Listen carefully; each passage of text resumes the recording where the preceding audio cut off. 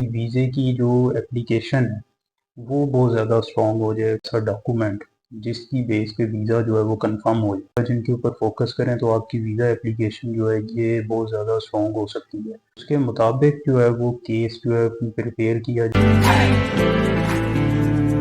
बिस्मिल्लाहिर्रहमानिर्रहीम। यूके के विजिट वीज़े के बारे में अक्सर लोग पूछते हैं कि इसके बारे में कोई ऐसी टिप दें कि जिससे आपकी वीज़े की जो एप्लीकेशन है वो बहुत ज़्यादा स्ट्रॉन्ग हो जाए। कोई ऐसी टिप, कोई ऐसा डॉक्यूमेंट जिसकी बेस पे वीज़ा जो है वो कंफर्म हो जाए। तो मैं ये तो नहीं कहूँगा कि कोई ऐसा डॉक्यूमेंट या कोई ऐसी चीज़ है जिससे आप 100% गारंटी हो जाए कि वीज़ा लग जाएगा, क्योंकि ये हर पर्सन की प्रोफाइल जो है डिफरेंट होती है। हर पर्सन का बैकग्राउंड, हर पर्सन के जो फैमिली टाइज हैं, फाइनेंशियल्स हैं, उसकी जो इनकम सोर्स है, उसकी जो बैंकिंग ट्रांजैक्शंस हैं, इसमें हर पर्सन का अलग अलग प्रोफाइल होता है। तो इसमें एक डॉक्यूमेंट कोई ऐसा बताना बहुत मुश्किल है जिसकी बेस पे कहा जाए कि वीज़ा लग जाए। लेकिन इसमें कुछ ऐसी टिप्स मैं दूंगा जिनके ऊपर फोकस करें तो आपकी वीज़ा एप्लीकेशन जो है ये बहुत ज़्यादा स्ट्रॉन्ग हो सकती है। और इसमें मैं हमेशा ये बात करता हूँ कि आपकी जो प्रोफाइल है उसके मुताबिक जो है वो केस जो है प्रिपेयर किया जाए तो फिर केस अच्छा तैयार होता है। अगर ये है कि एक जर्नल जो डॉक्यूमेंट्स हैं जो हर एप्लीकेशन के साथ आप लगा दें तो इस तरह केस कभी भी मजबूत नहीं होता। इसमें आपने पहले प्रोफाइल को स्टडी करना होता है, उसके बाद जो है आप उसका केस तैयार करते हैं और उसके बाद जो थर्ड स्टेज होता है उसमें आप उन जो आपने उसकी प्रोफाइल को एक्सप्लेन किया उसके साथ सपोर्टिंग डॉक्यूमेंट्स लगाते हैं। तो इसमें जो सबसे इम्पोर्टेंट चीज़ है जो पहले नंबर पे आती है वो है आपका पर्पस ऑफ विजिट। आपका जो पर्पस ऑफ विजिट है ये बहुत ज़्यादा क्लियर होना चाहिए। इसमें कोई एम्बिग्युइटी नहीं होनी चाहिए, कोई कन्फ्यूजन नहीं होनी चाहिए कि आप वहाँ पे एक्सप्लेन करते हुए जो है खुद ही क्लियर ना हो कि आप उधर जाओ किस पर्पज़ के लिए रहे हैं।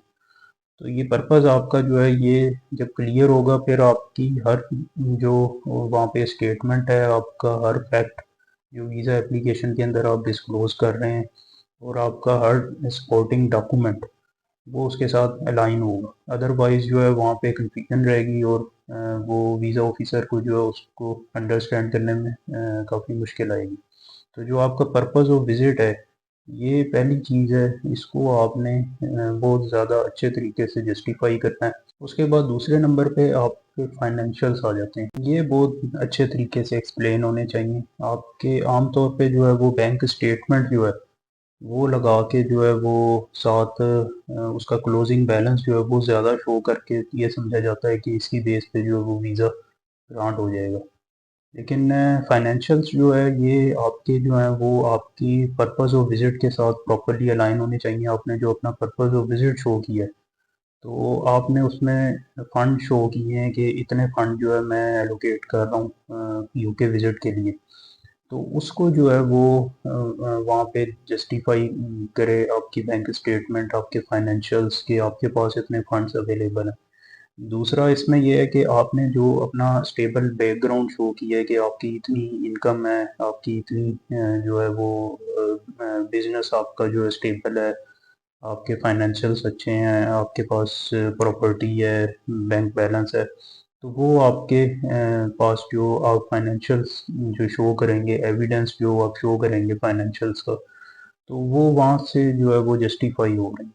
तो इस तरह नहीं है कि आपने यहाँ पे जो है वो शो कर दिया कि आपकी जो है वो बहुत बड़ा बिजनेस है लेकिन आपके फाइनेंशियल्स जो हैं वो बैंक में उसको शो ना कर रहे हैं, उसको जस्टिफाई ना कर रहे हैं। तो ये बहुत ज़्यादा इम्पोर्टेंट है। उसके बाद जो आपने अपना एक बिजनेस शो किया है या आपने अपनी जो जॉब शो की है तो आपकी बैंक स्टेटमेंट में जो है वो नज़र आए कि ये आपकी सैलरी आ रही है या ये आपकी जो है वो बिजनेस ट्रांजैक्शंस हैं। तो ये आपकी जो है वो बैंक स्टेटमेंट में नज़र आना चाहिए। तो ये चीज़ें बहुत ज़्यादा इंपॉर्टेंट है फाइनेंशियल्स में और इसकी बेस पे आमतौर पे जो है वो वीज़ा रिफ्यूज़ हो जाता है। उसके बाद जो है वो आपकी जो होम कंट्री के साथ टाइज़ हैं, आपकी फाइनेंशियल टाइज़ हो गई, आपकी फैमिली टाइज़ हो गई, आपके जो बिजनेस टाइज हैं, आपकी वर्किंग टाइज हैं, आपकी सोशल टाइज, इकोनॉमिक टाइज, ये जो हैं ये बहुत ज़्यादा इम्पोर्टेंट है। अगर आप प्रॉपर तरीके से इनको जस्टिफाई नहीं करते तो फिर ये समझा जाता है कि आपके होम कंट्री के साथ टाइज जो हैं ये इतने स्ट्रॉन्ग नहीं हैं, तो आप वहाँ पे जाके जो है वो सेटल भी हो सकते हैं। तो ये सारी चीज़ें जो हैं इनको एक्सप्लेन करना बहुत इम्पोर्टेंट होता है। और अक्सर इस तरह होता है कि जो वीज़ा एप्लीकेशन फ़ाइल की जाती है उसमें आपके जो यूके में रिलेटिव्स होते हैं जो वहाँ पे रह रहे हैं, तो उनके साथ आपका रिलेशन जो है वो बहुत ज़्यादा आप क्लोज शो करते हैं।